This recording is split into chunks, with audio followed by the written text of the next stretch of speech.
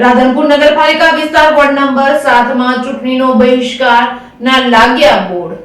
રાધનપુર નગરપાલિકા વિસ્તારમાં ward number 7 માં ચૂંટણીના બહિષ્કારના લાગ્યા બોર્ડ। રાધનપુર નગરપાલિકા વોર્ડ નંબર 7 માં આવતા રામનગર 1 અને 2 ના રહીશો દ્વારા બોર્ડ લગાવી ચૂંટણીના બહિષ્કાર કર્યાનો નિર્ણય કર્યો હતો। રામનગર વિસ્તારની અંદર વિકાસની વંચિત હોય તેને લઈને ચૂંટણીના બહિષ્કાર કર્યાનો નિર્ણય કર્યો હતો। રોડ, રસ્તા, સફાઈ, વીજળીની સમસ્યા જેવી સમસ્યાને લઈને રહીશો દ્વારા ચૂંટણીનો બહિષ્કાર કરવાનો નિર્ણય કરાયો હતો।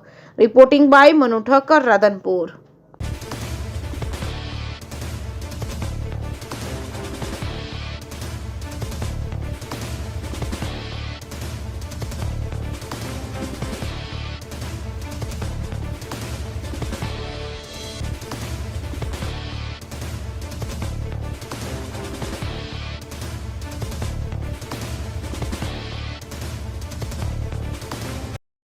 શું નામ છે અને કયા વિસ્તારમાં અને કયા ગામમાં રહો છો તમે? અમે રામનગર 7 વોર્ડમાં રહીએ છીએ। રામનગર 2, રામનગર 1। કયા ગામમાં આવ્યું? આ રાધનપુરમાં આવ્યું। કયો જિલ્લો? જિલ્લો પાટણ।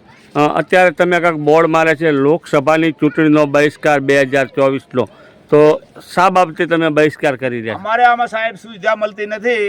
રોડ છે, ગટર છે, લાઇટ છે, આ બધા સમસ્યા બહુ છે આમાં। આ 2 સુધારી આમાં સાહેબ એના હિસાબે અમે આ પહેલાં માર્યું છે અને ભાજપ કે કોંગ્રેસ અમને આ સુવિધા કરી આલશે, અમે એના ભેગા નકે મતદાન નહીં કરો? નકા મતદાન નહીં કરી, એટલે એના માટે બોર્ડ મારે? એના માટે બોર્ડ। શું નામ છે તમારું? બાબુભાઈ મંજીભાઈ।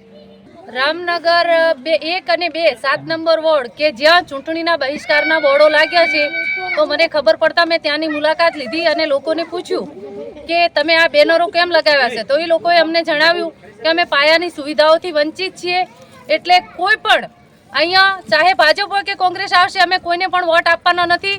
અમારી પાયાની સુવિધાઓની જે માગણી છે એ માગણીઓ નહીં સંતોષાય તો અમે કોઈ ચૂંટણીનો બહિષ્કાર કરી રહ્યા છીએ।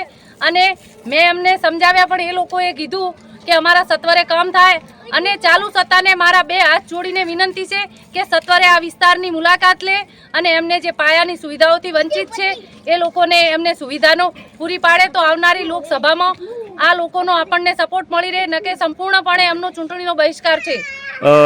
કેવા એમની સુવિધાઓ નથી મળી? કેવી માગણીઓ છે એમની સુવિધા? મેન તો લાઇટ નથી મળતી એમને પૂરતા પ્રમાણમાં, સાફ સફાઈ નથી થતી, ગટરની સુવિધા નથી, કે જ્યાં અંદર લોકોને મકાન પાસો થયા છે તો આ લોકો જાતે મકાન બનાવે છે, અમને મકાન પણ પાસ થયા નથી।